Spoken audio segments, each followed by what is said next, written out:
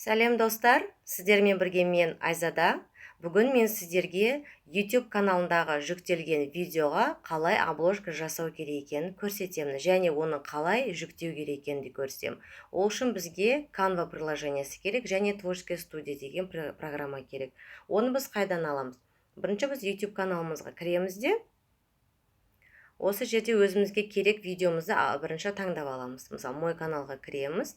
Осы жерде өзімізге керек видеолар бар, иә, мысалға. Так, айталық. Қазір міне.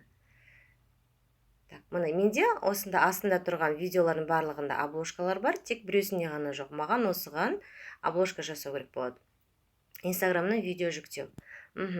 Енді қараңыздар. Бірінші өзіміздің каналымызға кірген кезде мой канал және Творческая студия YouTube деп тұр.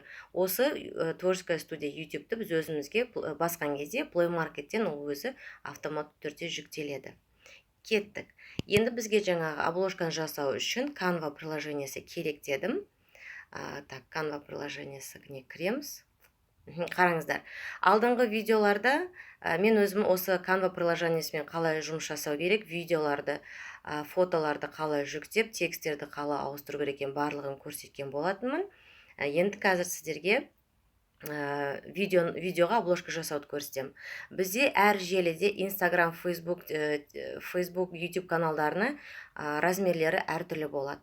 Сондықтан бізге өзімізге керек размерді таңдап алу керек. Ол үшін біз видео дегенді басамыз.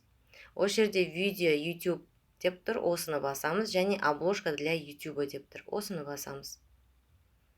Бізге YouTube каналына лайықты размері бар осындай обложкаларды шығарып берді. Онымен қалай жұмыс жасау керек, мәтінді қалай көру керек, алдыңғы видеоларымнан көрсеңіздер болады. Мен өзіме керек мына бір фонды таңдадым. Мен алдын ала дайындап қойған дизайным бар еді. Міне. Мен өзіме алдын ала дайындап қойғам. Дайындап, сақтап қойдым.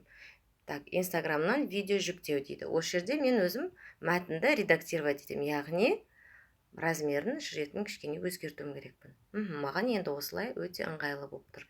Осыны мен сақтаймын. Птичка қоямын да. Енді ары қарай сақтап қоямын. Ол менің галереяма түсетін болады. Так, төбесіне жазды, сохранено деп. Тексерейік.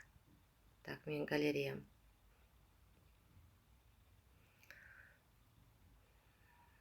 Так, міне. Осы керек бізге. Енді осы обложканы бізге YouTube-мызға жүктеу керек. Ол үшін бізге жаңағы жүктелген Творческая студия дегенге кіреміз.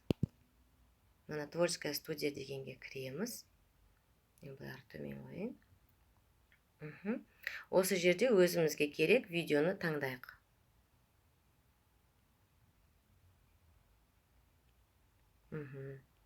Қазір бір минут таңдап алайын.